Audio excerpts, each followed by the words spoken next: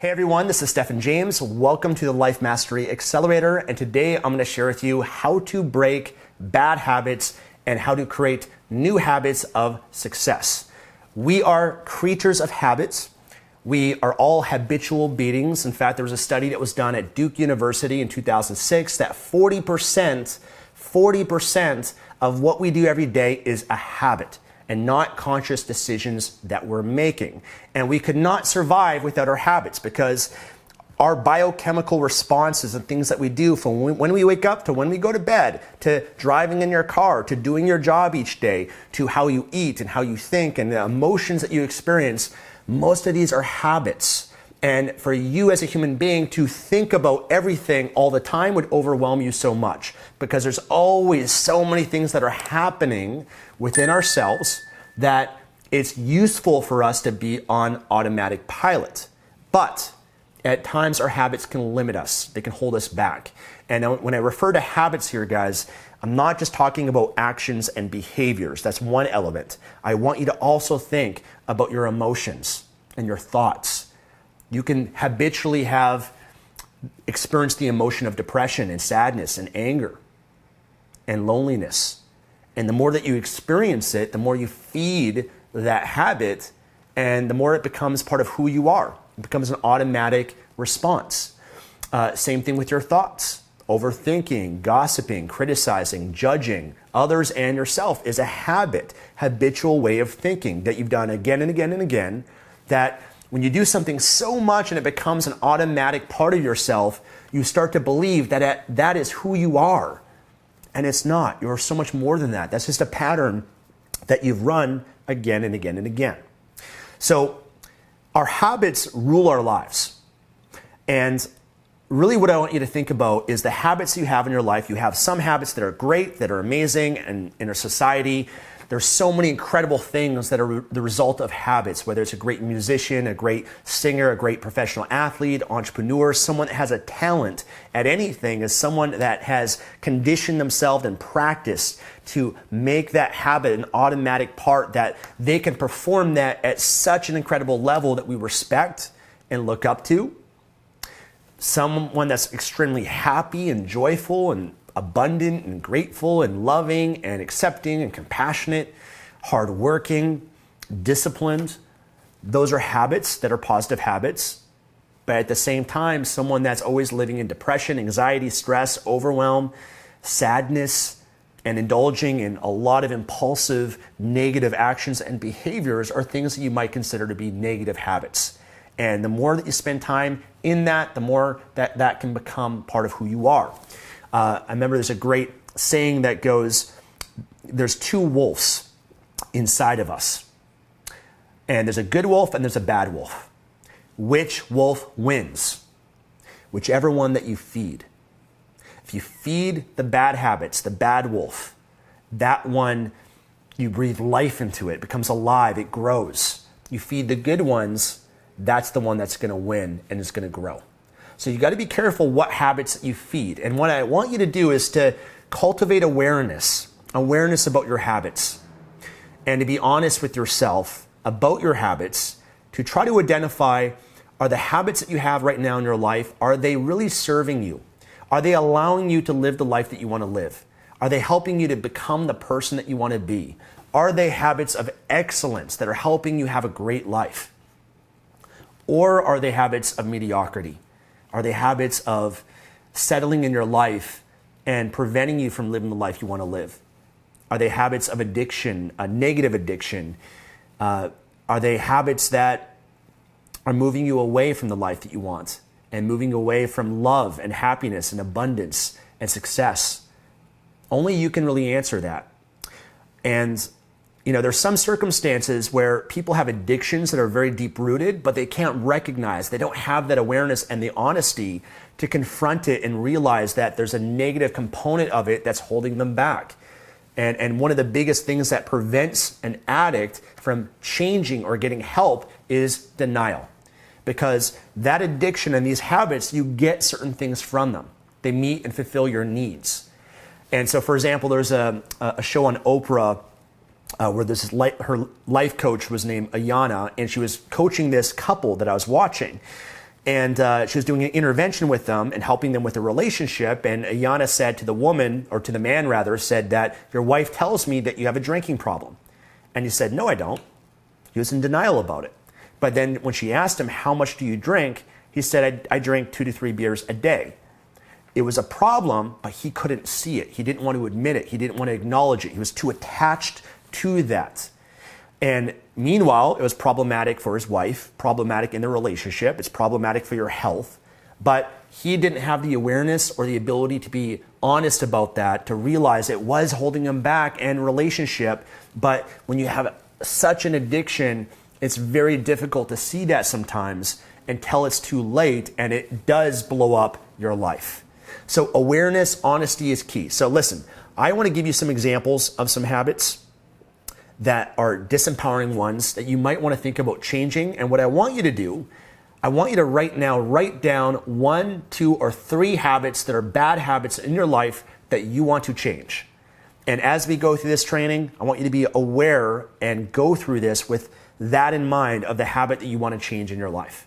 Okay, so what are some negative habits, bad habits? And I think for honest, there are certain habits that you might be aware of. There's a great quote, by the way, from Aristotle. I wrote it down. I want to share it with you. We are what we repeatedly do. Excellence, then, is not an act, but a habit. Okay, so that's a great quote that I remind myself of. So let me give you some examples. Procrastination. Saying that I'm going to do it later, always putting things off, never finishing things, and never doing what you say. Bad habit. Laziness. Eating junk food, and all of these can be done in moderation. So eating junk food once in a while is okay, but if you're overindulging, if it's every day, if it's leading to obesity and health problems and compromising your energy, then that's a negative habit that might be limiting you in your life. Sleeping in, hitting the snooze button, staying up too late, not getting enough sleep, binging on social media, spending too much time on Facebook and Instagram and just mindlessly like a zombie scrolling through and feeding yourself with all of that. Binge watching YouTube videos or even Netflix. Watching pornography, very toxic. I've talked about this before. Gambling, which again, moderation once in a while is okay, but if you can't stop, if it's causing problems in your relationship, with your finances, with your mental health, your emotional well-being, then that's something that you, of course, want to look at. Shopping, you can overshop, spend too much. Some people in the habit of spending too much money, and that can kind of be like a drug where you always get this high, spending, buying clothes or buying whatever, things you don't really need, and it could be a negative thing for your finances. Drinking alcohol, smoking marijuana, drinking too much caffeine, okay? Over drinking. If you're having 3-4 cups a day or you can't stop and you're so dependent you can't function on it, that might be something you might want to look at. Overworking. There's actually, I've studied the 12 steps, and it originated with Alcoholics Anonymous, and there's many different 12-step groups, and there's one called Workaholics Anonymous. Overachievers, Overworkers Anonymous, which can be a problem. People that sacrifice time with their family, they never spend time with their kids, they're on vacation and they can't, not look at the phone, and they're so addicted to work that it becomes problematic in other parts of their lives. Overthinking, overanalyzing, where it gets to a point of analysis paralysis. You can't take action or do anything because you overthink too much. Gossiping. Oh my gosh, such a bad one. I had this in my family, even to this day, with certain family members. Always gossip, talking about other people all the time. Worrying too much, over-worrying about everything, things that are not even appropriate things to worry about. Judging and criticizing others or yourself, right? Being critical all the time of other people and yourself as well. People pleasing can be a bad habit. You're always sacrificing your needs to always please, make other people happy. Negative thinking, anger and overreacting, always being annoyed, irritated, and having an anger problem when you're always triggered from things and you go to that as a habit. Things like biting your nails, and I can go on and on and on. So what are 1, 2, or 3 Okay, maybe some from my list, maybe not at all. Let me know if you're live right now, post in the chat. What's 1 or 2 or 3 habits that you want to change? I'll give you 10, 15 seconds to think of a few.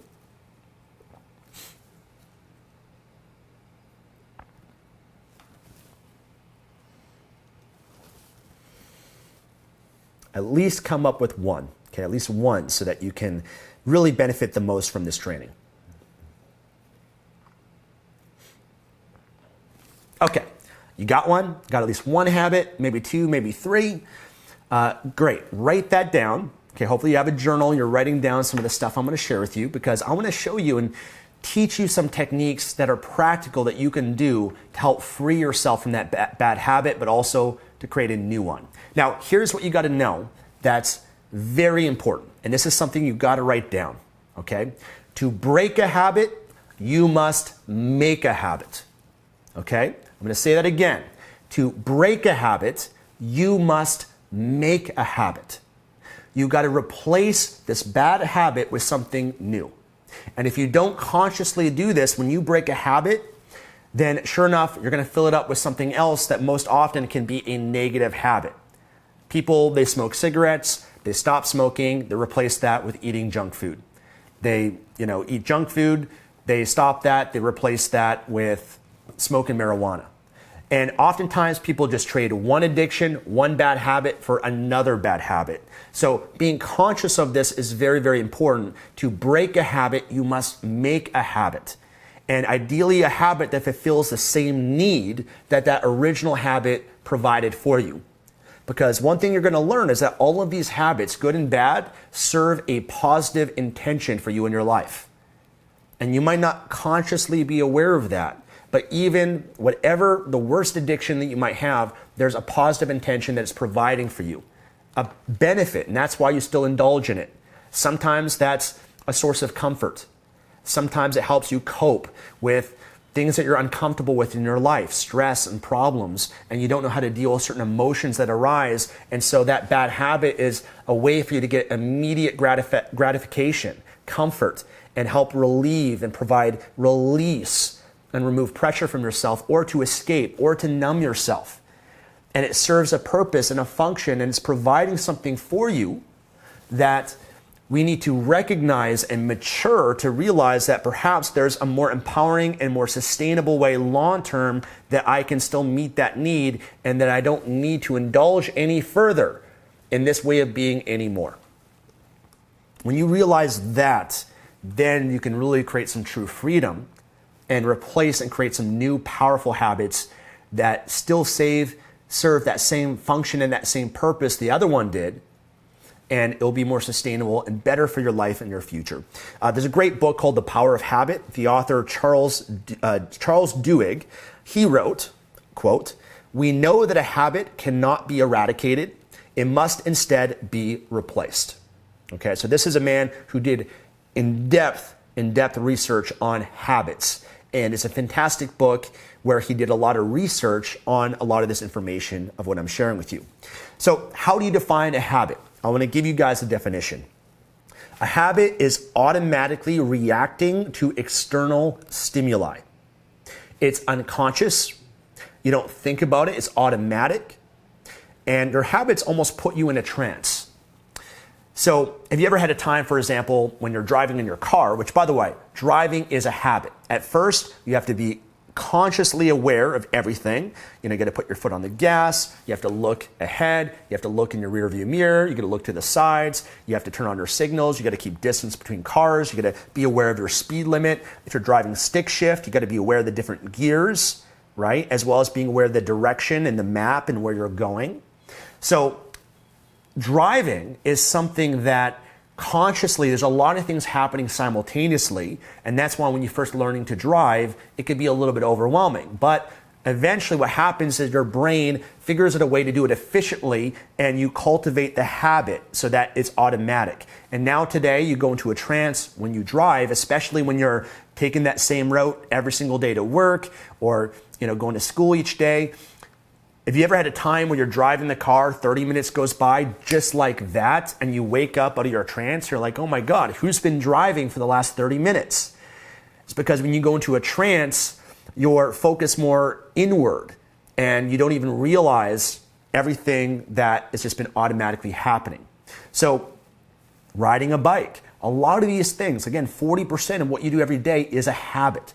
And becoming aware of that is very, very key. But they're automatic. You're not consciously aware of what you're doing. You're just automatically responding to things. So let me ask you this. What's the opposite? What's the opposite of a habit? Do you know? Can anybody tell me? What would you say is the opposite of a habit? One word. Mindfulness. Mindfulness is the opposite of a habit. Because mindfulness allows you to be acutely aware of what your thoughts are, your triggers, your actions, to be aware of what's happening and going on rather than just automatically responding. It's watching and observing is really what mindfulness is about. So let me give you a definition of mindfulness that you can write down. Mindfulness is paying attention in a particular way, on purpose, in the present moment, without judgment, not automatically reacting to external stimuli. Okay, I'll say that again. Mindfulness is paying attention in a particular way, on purpose, in the present moment. So you're not thinking about the future, you're not thinking about the past, you're actually being mindful of exactly what is going on right now without judgment, and you're not reacting externally to things as many people do. So mindfulness is one of the most powerful things that we can do to change our life. It's what allows you to make the changes that you want to make, to be acutely aware. Because without awareness, you can't change anything.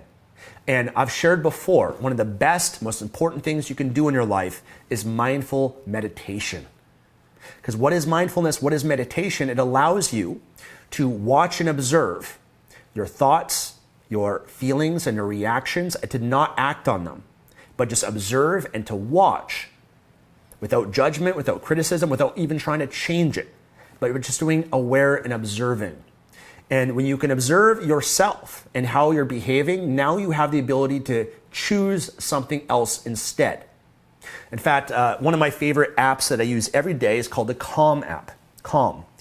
There's another one called Headspace. You can get it on your phone. Fantastic. I like the Calm app, and in it, there's actually a mindfulness training. And one of the exercises that they guide you through is how to use mindfulness with your eyes open. Because you can meditate with your eyes closed. You can also do it with your eyes open. Most of us, we live our lives with our eyes open. And so the exercise is, and often I go outside and I do this, and I spend maybe 10, 15 minutes doing this. It's very powerful, but I get very much in touch with my senses. So the senses of seeing, hearing, and feeling.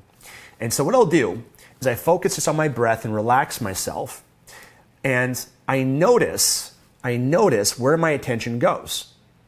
So, for example, sometimes my attention might go on something visual.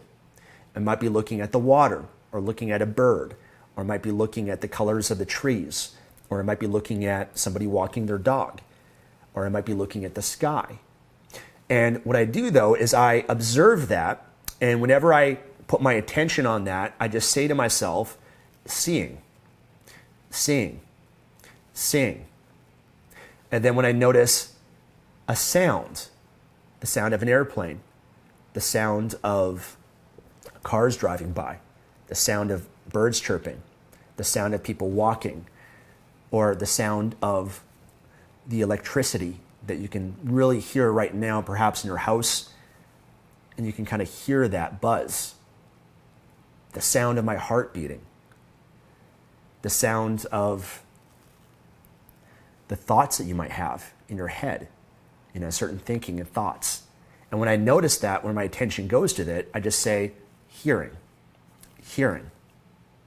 Other times I might notice the wind against my skin, or I might notice how my skin feels right now up against my shirt, and maybe a specific part, like I can feel right now this part right here, it's more tight, or I can feel the gravity pulling me down. I can feel the part of my buttocks right now on the chair and the firmness of it, the firmness of the chair.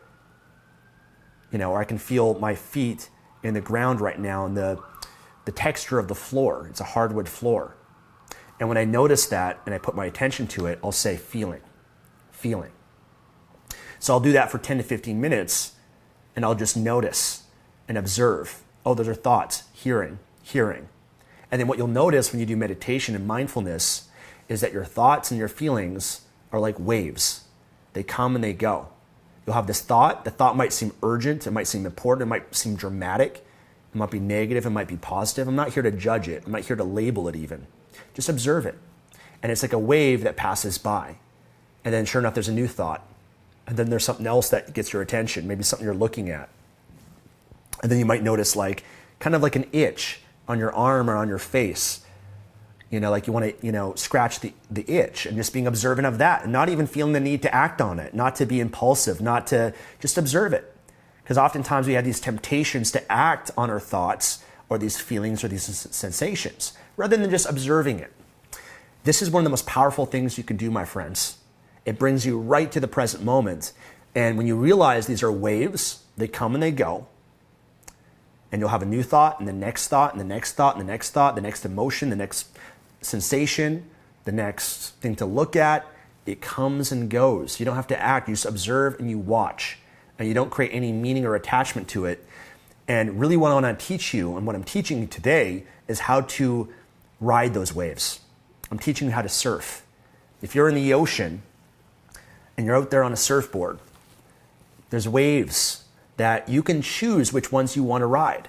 Or you just choose to lay on your board and the wave kind of comes and it goes and there might be a bigger one coming. You might want to ride that one or you can choose not to. But there's always a new wave. And mindfulness helps you to realize within ourselves what's going on, what's really going on within ourselves, and to not have to use one of these bad habits as a way to cope or to numb or to escape, but to give us a different choice instead. Is this making sense to you? I hope it is. Let me continue. What I want to teach you guys is something called the habit cycle. Okay, the habit cycle. There's 3 parts to the habit cycle. We're going to break this down. The first one is a trigger. The second one is a thought. The third one is an action. Okay, so say it again. Say it with me. Trigger, thought, action. Good. Okay, let's break this down. What's the trigger? A trigger is an instant energy shift in the body from positive to negative. Okay, it's a shift within the body that you feel triggered and you feel some sort of negative emotion, or you might feel it might trigger a certain thought, but it's something that will trigger the thought, which is what will then trigger and lead to the action. So the key to this and what mindfulness helps us to do is to become acutely aware of your triggers. And these triggers are biologically hardwired. They're not going to go away. You will always be triggered because certain triggers are incredibly important for our survival. So for example, biologically, we're hardwired to crave and to consume high-calorie foods, high-fat, high-sugar foods.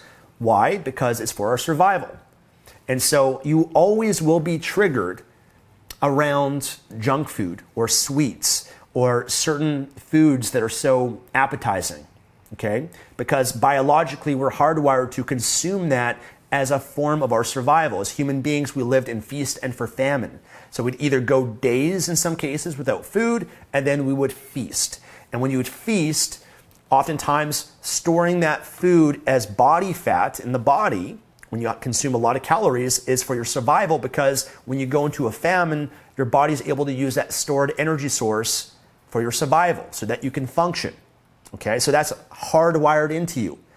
And this whole 3 meals a day is a modern way of eating. We didn't have access to food like that hundreds, thousands of years ago. So these are things that are always going to trigger us. You can't change that trigger. Sex is also a trigger. It's part of our survival. As human beings, we're created to procreate. It's one of the purposes that a human being has. Biologically, it's for us to procreate with the opposite sex and to produce offspring. And we produce with other people that have high genes that can ensure the survival of that offspring. That's how humanity has gone forward and how we're able to live in this day and age today.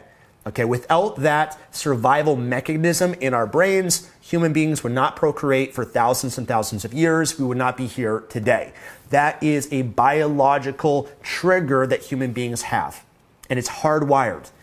And you will always be triggered. We live in a different day and age today that of thousands of years ago, where we have things like pornography and sex on TV and being advertised to us, and all these sort of things that can trigger us that we have to be aware of.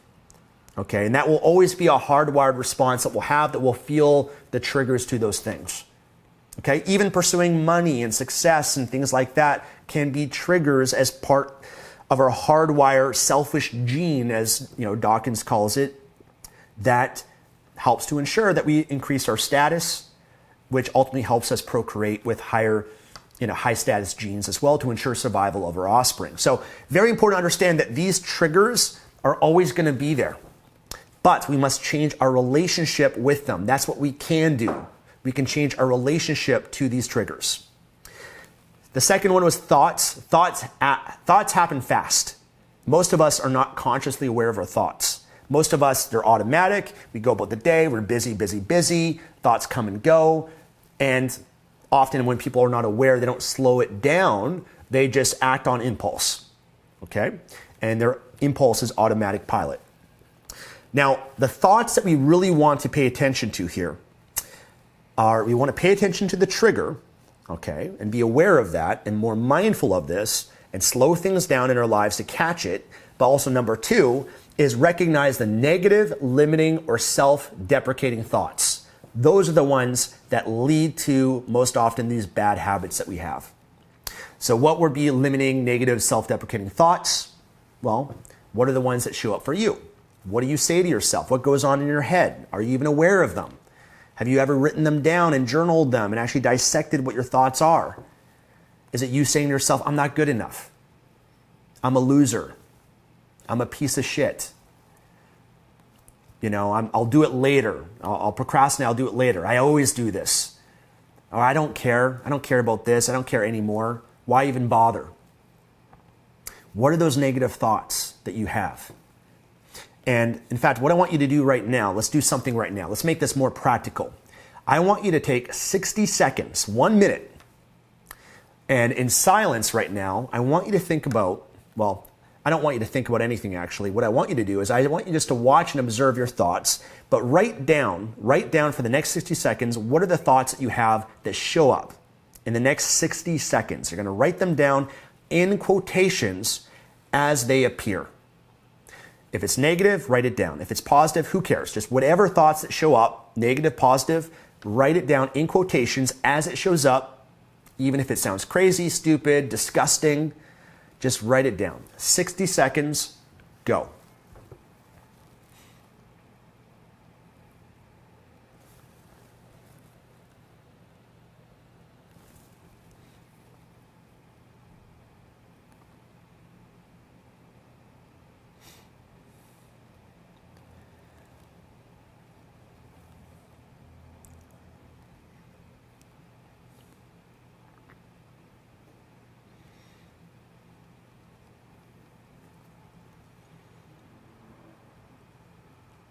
Ten more seconds. It can be any thought. Become aware of your thoughts.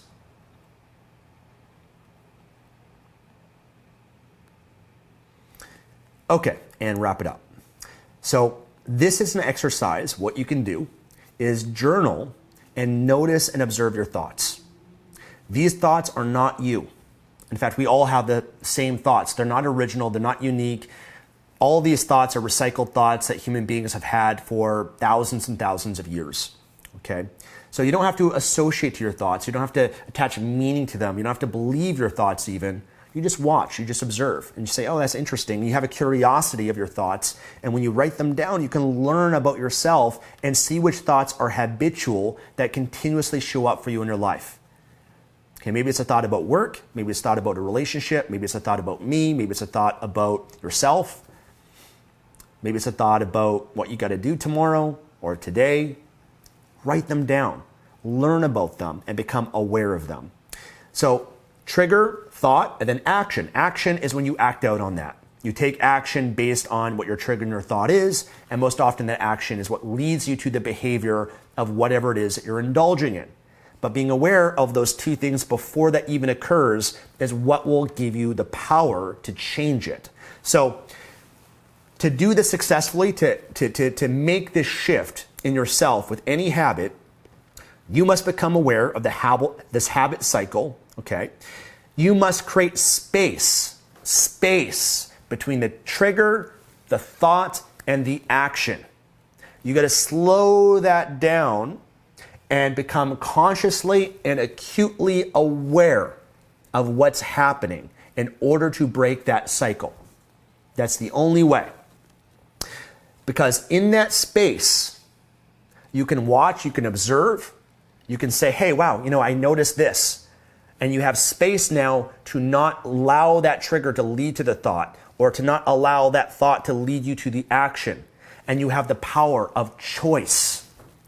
There's a great book called Man's Search for Meaning. It's written by Viktor Frankl. Viktor Frankl was a psychiatrist. He is an Austrian psychiatrist, but he got locked up in a Nazi concentration camp in Auschwitz.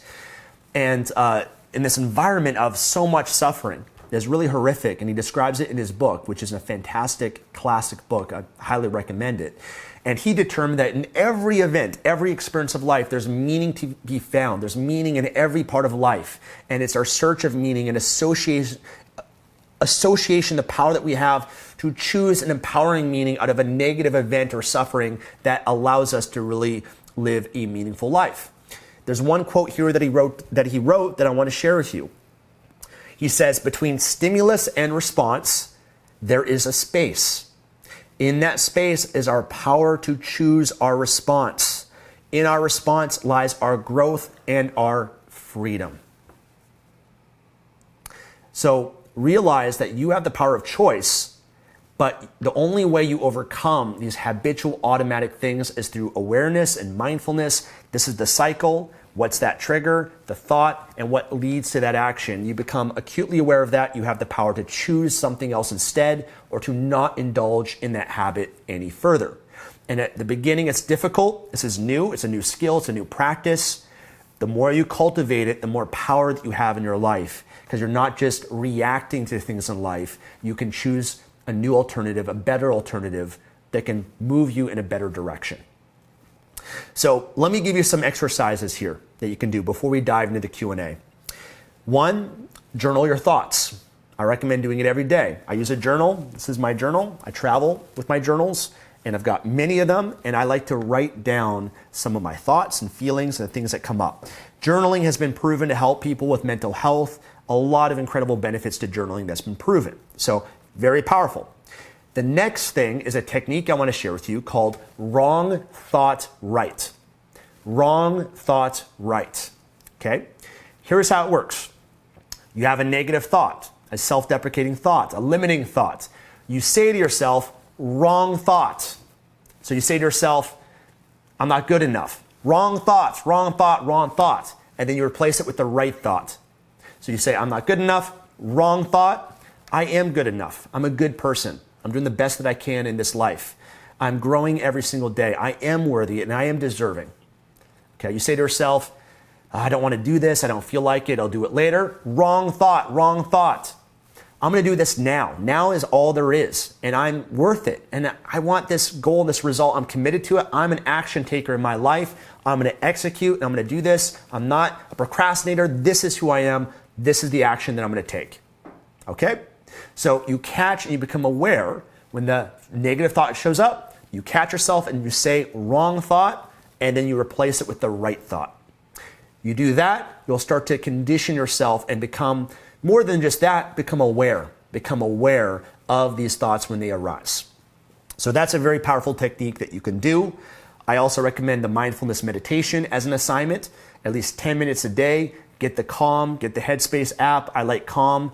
They have a 10-minute meditation that you can do. Very powerful. that's going to help you as well slow down your thoughts, slow down your mind, because most of us, we have overactive minds, overactive thoughts. Slow it down and help you observe and become more aware. Very powerful. I'm not going to go too much into this one because I've already shared it in other training videos. Accountability, when you're creating a new habit, having someone else you're accountable to can really ensure that you stick with that more long term. Lots of studies and research to prove that. The other thing that I mentioned that can be very powerful, we'll go over real quick, is recognizing that your negative habits, behaviors, ways of being have positive attributes. And you could even journal and write out what those are. And one thing that I like to do, it's very powerful, is to write a thank you letter to yourself. Rather, not to yourself, but a thank you letter to that addiction, that habit, that behavior. So you might write a thank you letter thanking this habit for what it's provided for you in your life. You might write and say, dear procrastination, or dear binge eating, thank you for always being there for me. Thank you for being there for me in my hardest times, the most stressful moments in my life, the challenges, the failures I've gone through. You've always been there where I knew that by going to you and indulging in these foods, I can get immediate pleasure and I can escape and I can change how I felt and I can feel all this comfort and feel differently. And you've always been there and you helped me during those times in my life. Thank you. Thank you for protecting me. Thank you for, giving me the pleasure and a thrill, a sense of adventure every time, I've reached out to you. So you acknowledge the positive attributes and the needs that it was helping you fulfill. And then what you do is you write a goodbye letter. So, dear addiction, dear habit, goodbye. I'm sorry, we can't be together anymore. I'm in a different stage of my life. I've grown. I'm an adult now. I'm a man. I'm a woman. I'm not a kid. I'm not a child. You served a purpose for me in my past, but you're starting to affect me in a negative way. You're holding me back. You're leading to obesity. You're leading to failure. You're leading to mediocrity. You're preventing me from having a great relationship and no more. I appreciate what you've done and how you've been there, but I need to go in this different path now, this different direction. And you're going to write as if you're breaking up with it, because these habits are almost like a different side of yourself. It's a different personality. And you need to learn how to remove yourself from it. And it might always be there, but you have to choose to put other parts of you in charge in your life and not feed that bad wolf and allow it to grow and disempowering your life any further than it already has. So that can be a very freeing and powerful exercise to write those letters. Okay, so assignments, come up with 1 to 3 habits you want to change. Journal your triggers and thoughts, become more aware of them, expose them, learn about them, use the wrong thought right technique, practice mindfulness meditation, 10 minutes a day or more, and you can do the thank you or the goodbye letter as well, okay? So that is the assignment for you guys. I really hope that you guys implement what I've shared with you, because it can really change your life in so many incredible ways when you cultivate this level of awareness and you set up more of these great, powerful, incredible habits in your life, because that's really what's going to get you to where you want to go. You are what you repeatedly do every day. Okay, remember that. That's what Aristotle said.